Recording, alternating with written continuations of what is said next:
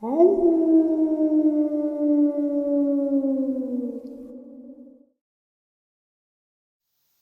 greetings and salutations, everyone, and welcome to, depending on wherever you may live, the middle of the night or early morning bonus upload. Before we jump into it, a couple links. As many of you know, I rely on Patreon, PayPal, channel membership, and the merch to help the channel to continue to grow and go. Links to Patreon, PayPal, and channel membership is in the description below. Merch displayed directly under the video. Also, Dogman Frightening Encounters, Volume 1 through 3, the audiobook versions. They were written and researched by Tom Lyons, narrated and produced by me, Jeff Nadolny.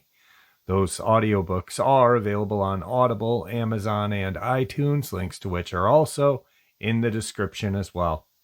And finally, last but definitely not least, if you'd really like to help support the channel to continue to grow and go, simply subscribe. It doesn't cost you a cent.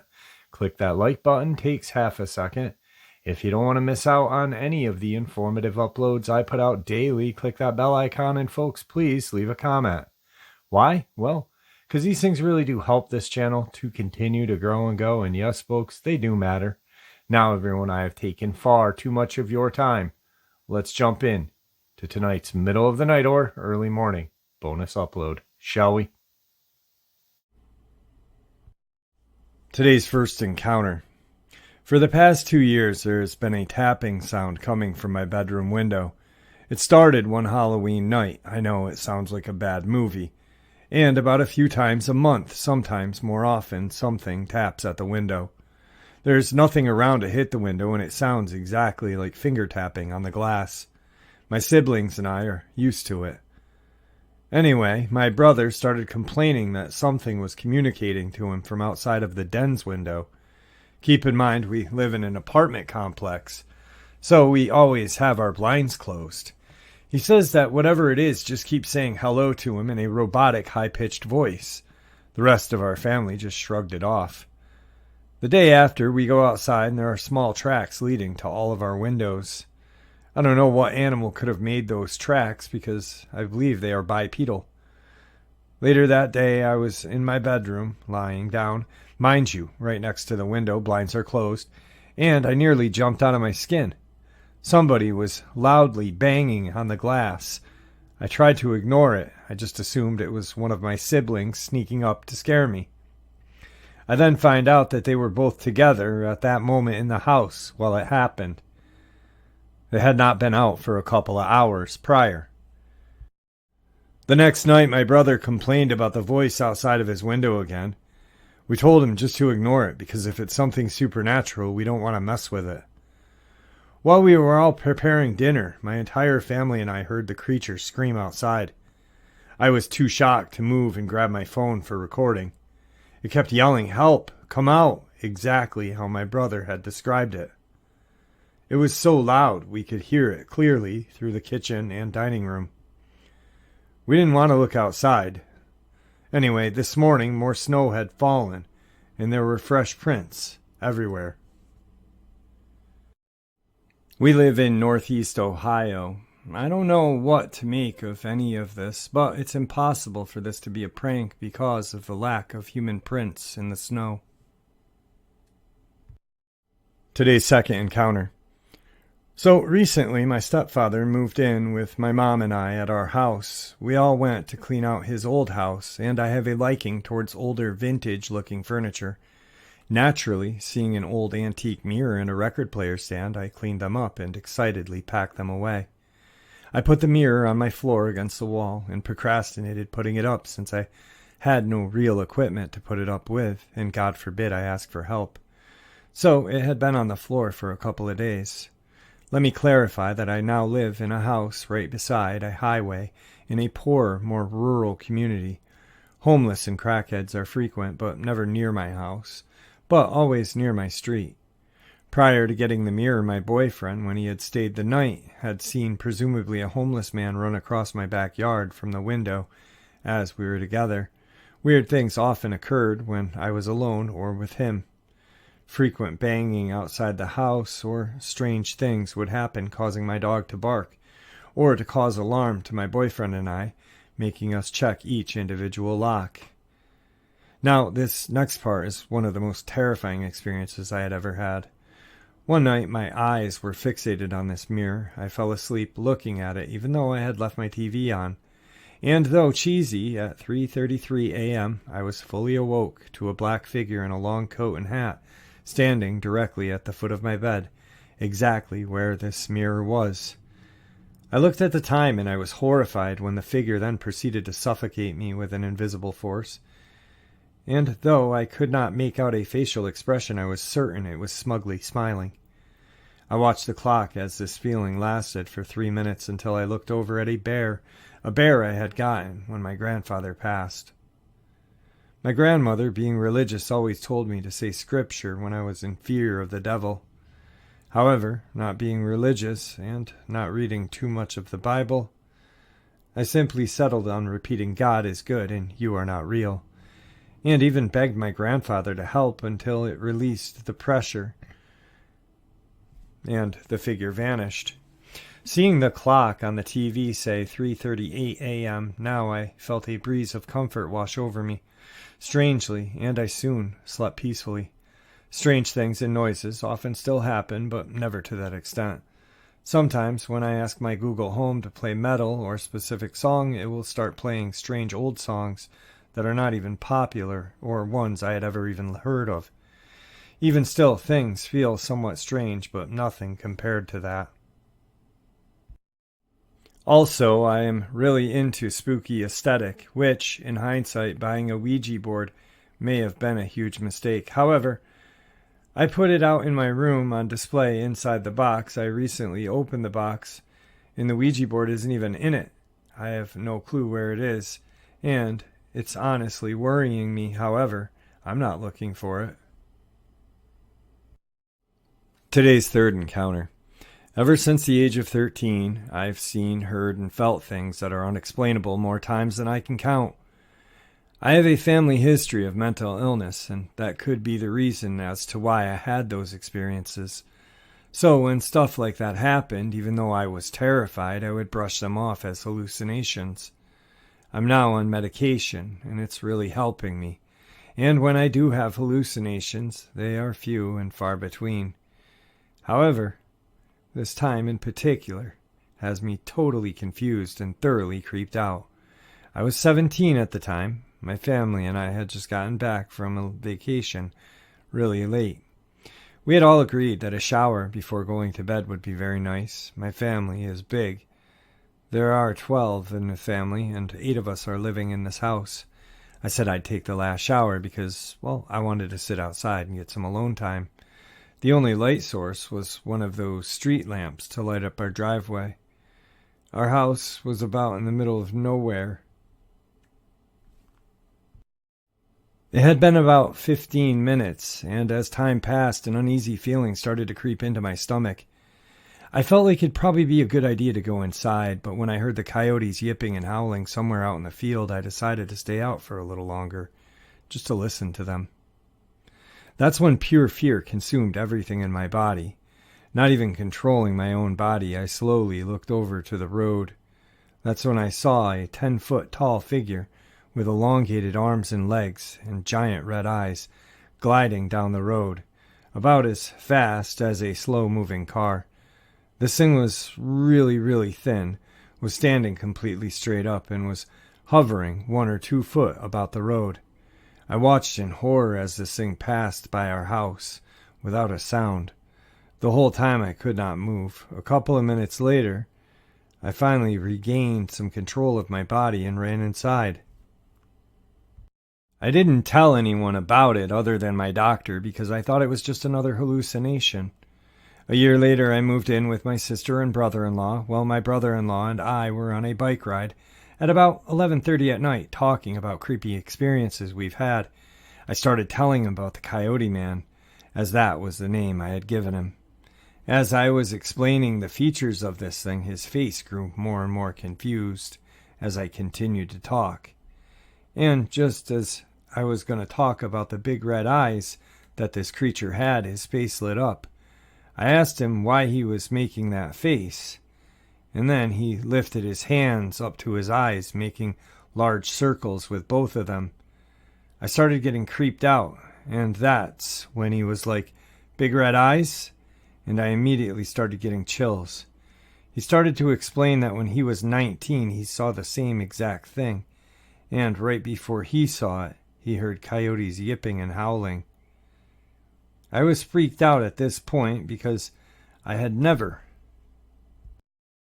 told anyone other than my doctor. I thought I was just seeing things. He continued to tell me that the thing actually chased him, and he said that he was absolutely terrified, and that it was the fastest he had ever run in his entire life. He said the only way to lose this thing was to climb atop of an old silo. He said that he was up there for the rest of the night, just waiting for this thing to show up again. But it never did. I got the chills for a minute at the end of what he told me. I have no idea what this thing was. I had never heard of anything like it. Every time we talk about an experience, I get a little more creeped out. Today's fourth encounter. The paranormal is fascinating. The knowledge of the occult is alluring. My older sister first introduced me to this dark world with Saturday night kid shows, and we continued our way up to shows like A Haunting and Celebrity Ghost Stories. She would take me to the Haunted Railroad or the Devil's Bridge. We walked a mile in the dark down a narrow road lined with willow trees. We listened for noises that didn't belong and watched the shadows around us. I thought we were brave. I thought we knew what to expect. My Nana passed away in the middle of my senior year of high school. In her passing, my family inherited some valuables and her Ouija board. My mom had an amalgamation of emotions around it. Sad nostalgia from her aunt, scared about communicating with spirits, and a slight ease that maybe she could tell my Nana goodbye. It took Mom a while to bring herself to, but she went and bought some candles and sage and some general stuff with a mystic vibe. She tried a session in a friend's bathroom, and they both lacked the will to push forward. Over the next year, the board lay in a box under my mom's bed. We kids had forgotten and lived our lives for another year before our parents moved out and left us the house. My older sister took the master bedroom. She spent a few days clearing and cleaning and readying for her stuff. As she was finishing clearing under the bed, she found the box. Some time had passed, and my older sister, Jay, organized and gathered all her friends and myself. Quietly, she took out the box, displaying it to everyone before returning it to her room. We decided to go to the cul-de-sac in order to keep it out of our house. The 7 of us walked several blocks in silence down the dusty country road. The twilight hours had begun. The air was quiet and still. The day's heat still stuck to the night. Warmth emanated from the ground. We passed dark, decrepit houses, surrounded by thick foliage, tall oak, thorny bushes, and cactus. The walk alone was enough to scare some of the group. Dogs barked in the background down the hill. The loudest sound was the crunch of the gravel we walked on. In this dead end there is no pavement. It had all chipped away many years prior, just rock and pebbles. In a large open circle surrounded by dense southern woods, a small dirt road laying tangent to the cul-de-sac marked the exit, making it easy to lose in the disorienting darkness. We arrived and sat in a circle around the box, fashioning our phone lights around to light the box. Jay prepared the area, using the box as a stand and spacing us out evenly, 3 at each end, and 1 person to record any kind of response we got. The darkness was thick with overcast covering the moon and stars. It was truly black. We began each of the 6 lending a hand to the planchette, consolidating our energy by moving it around the board in 3 large circles before asking for an audience. Hello. Is anyone there? Time inched forward as we waited, growing impatient and discouraged. Again, we circled the board, and Jay asked once more, "If you can hear me, move to yes." My hair is raised as I write this. We watched in horror as the wooden dial slowly moved. A twitch of our collective muscles, perhaps? Before we could question each other, it shot to the answer, no. Jay tried a different approach, asking it directly, do you have a name? It performed a small, slow circle, landing back to no. Jay asked further, what is your name? No, no, it replied, circling both times. What do I call you? It failed to respond. Waiting a few moments, Jay started, but it began to move as if to interrupt, quicker this time. It guided over the letters Z-O, Z-O, Z-O, Z-O, Z-O, Z-O. Scared, Jay threw her hand to the piece and said goodbye before moving it to the bottom of the board. We decided this was time to go somewhere else, less secluded. The next location is a story all on its own, and that's for another day.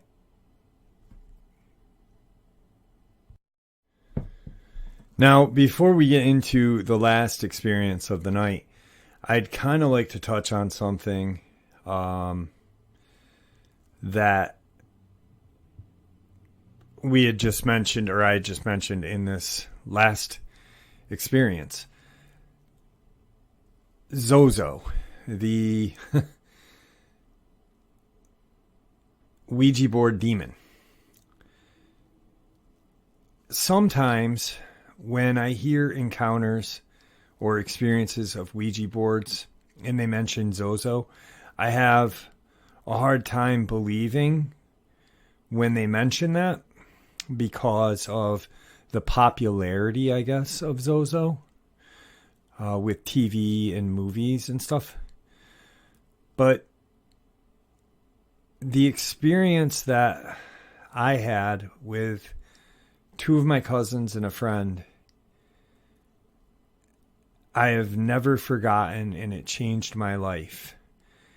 And it happened before my 1994 Dogman experience. Quite possibly could have been a reason for it. The majority of my teenage years or young teenage years were spent at my family's auction farm. My cousins, we all just, we worked down there during the day. It was an auction farm, so we had to feed the cows, the pigs, do a lot of just work. And at night, we had fun. We rode our wheelers. We had a field car. My older cousin had a 1978 Camaro with a 400 small block in it that just ripped ass. And we'd go race other cars in that. And, we would play with the Ouija board. We got obsessed with the Ouija board for a while.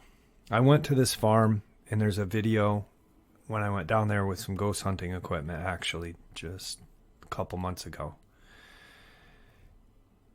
So we used to play in the barn with the Ouija next to these sow pens. Now, we called them sow pens because we'd put the pregnant sows in there, and they'd give birth. So for like a month, we played next to this one pen. It was a centrally located spot in the barn. It was away from the doors, so there was no draft or anything right where we were playing. And this, I'll never forget, it was a black sow was in there. And for we always played in this one spot, but we had to move her in there. And we must have been there for a week before she gave birth. And all the piglets were born dead.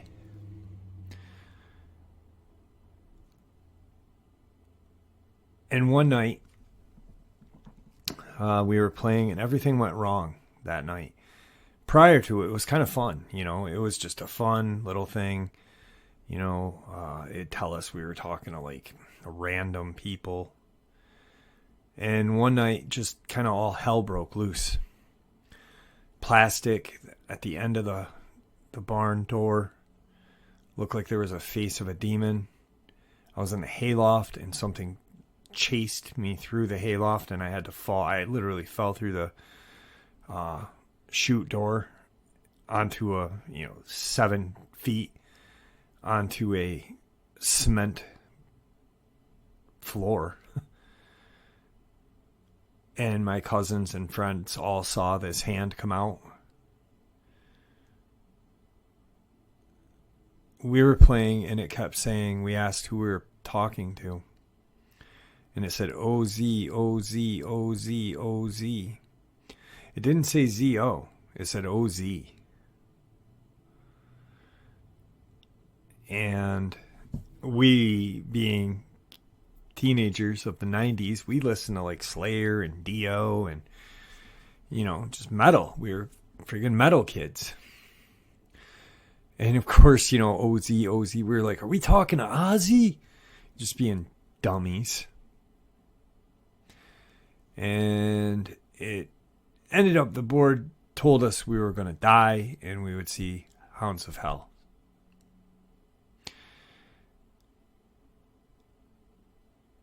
My 2 cousins are dead. They saw Hounds of Hell. Mel saw one in his dream, along with Nick, our friend, who is he's spiritually and emotionally dead. I was diagnosed with a terminal illness and almost died. By God's love and grace, I didn't. And I saw a Dogman. So there was my Hound of Hell. I truly believe that name isn't just a name to be thrown out to make your Ouija story scarier, but it's there. This is before anyone was talking about Zozo. We thought we were honestly, we know Ozzy spelled O-Z-Z-Y, but we were just being kids, but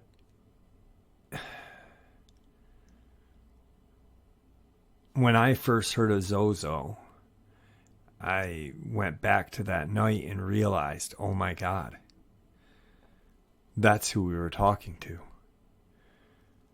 It wanted to kill us.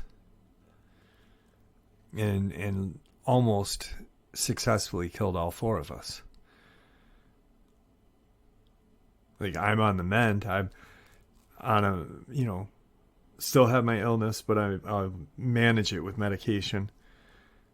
And our friend Nick is spiritually and mentally dead to this day. Lost. So these things are not to be trifled with.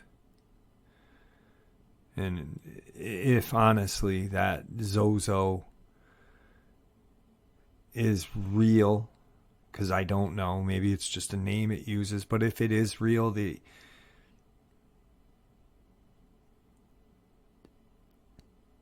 it's definitely not something to take lightly.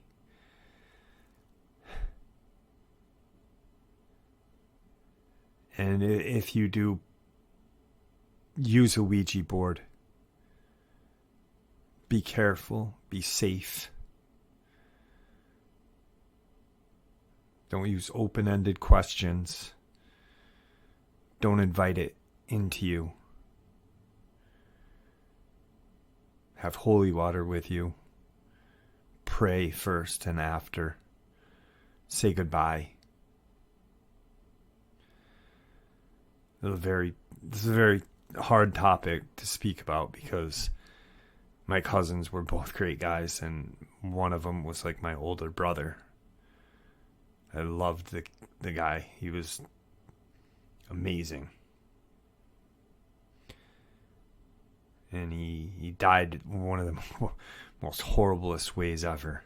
He was crushed to death. So I really truly believe these demonic spirits that come from Ouija boards are real. Let's get on to the next encounter. And tonight's final experience.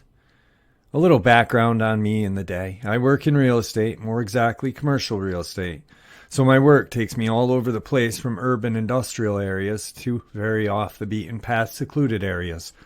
Farmland, development land, etc. On this day in particular, in October of 2012, my last assignment of the day was to go out and survey an old farmstead near Coyote in Haldimand County, about 30 miles south of Hamilton, Ontario. The place had been vacant since the 90s. I arrived in the late afternoon, 5:30ish, I'd say. The place was the last one on a dead-end country road. Couldn't be seen from the road. I went up the long driveway and proceeded to do my look-over. There were 3 structures, a house, a garage, and a large tool shed. I walked around the front of the house, which was completely boarded up and with no means of seeing in. I proceeded around to the front side of the toward the other buildings. The shed had basically fallen completely down, but the garage was mostly still intact. I noticed around the side main door large scratches on the door. It was half broken down, but still held shut by a padlock on one side and the middle and upper hinge.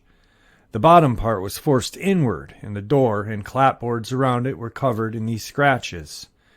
But not like scratches a dog would leave. These scratches were huge and parallel, but spread apart almost like fingernail scratches, and very deep, obviously put there with a lot of force and pressure. That's when I looked down and saw huge paw prints, but not regular round paw prints, almost elongated a bit. The area around this partially broken down door was covered with these paw prints. If I had to venture a guess at how wide they were, I would say at least 5 inches. I was wearing heeled dress boots, and when I put my foot over the paw print, I could see the print on either side of my foot. I wear a size 11. So, I don't have tiny feet by any means. I began to get very uneasy, and that's when I recall noticing that all the sounds in the forest were gone. It was dead silent. And that's when I noticed the stench, like a wet dog, urine, and feces. I mean, the whole area just smelled rotten, like a swamp, rot and decay, but this smell was strong and putrid. I got very uneasy, like all of a sudden I knew I was not alone, and decided I'd seen enough, and quickly headed back to the car. That is when I heard something in the brush, and it sounded large. It was going through the trees quickly and hard. I got back to my car and locked the doors. When I started my car and turned on the lights, that's when I caught an eye shine in the trees ahead of me. But the eye shine was not at level of a dog's head. It was a lot higher, I'd say 4 to 5 feet up, maybe a bit higher. I couldn't make out a shape as it was getting on towards dusk, and there were a lot of shadows in the trees, but I thought I saw a large figure in the trees. I don't really know if I'm sure of that, but I started to freak out just a little and decided it was time to go, so I backed around right into a wet marsh spot and kind of got my car stuck.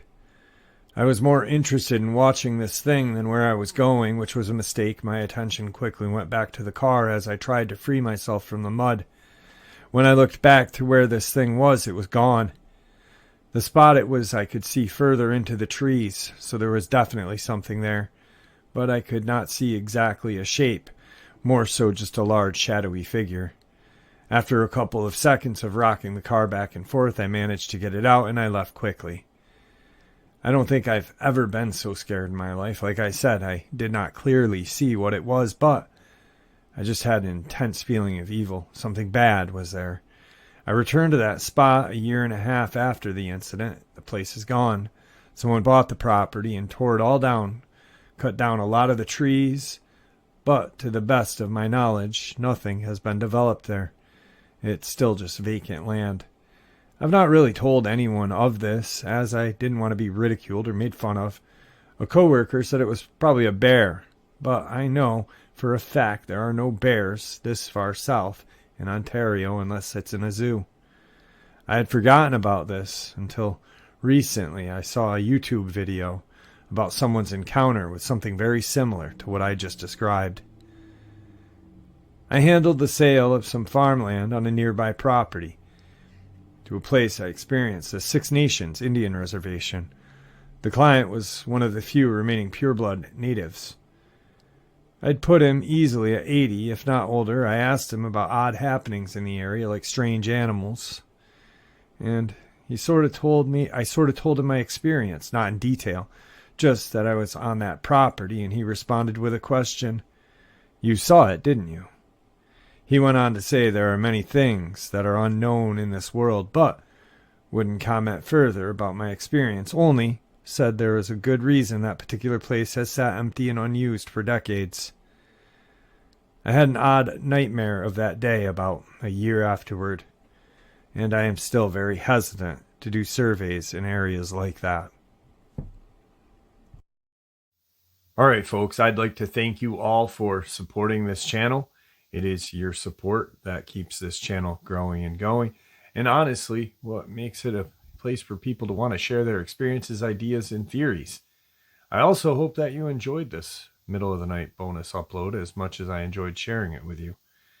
Guys, with all of that being said, the most important thing at the end of this intro is please stay safe, happy, healthy, and ever vigilant.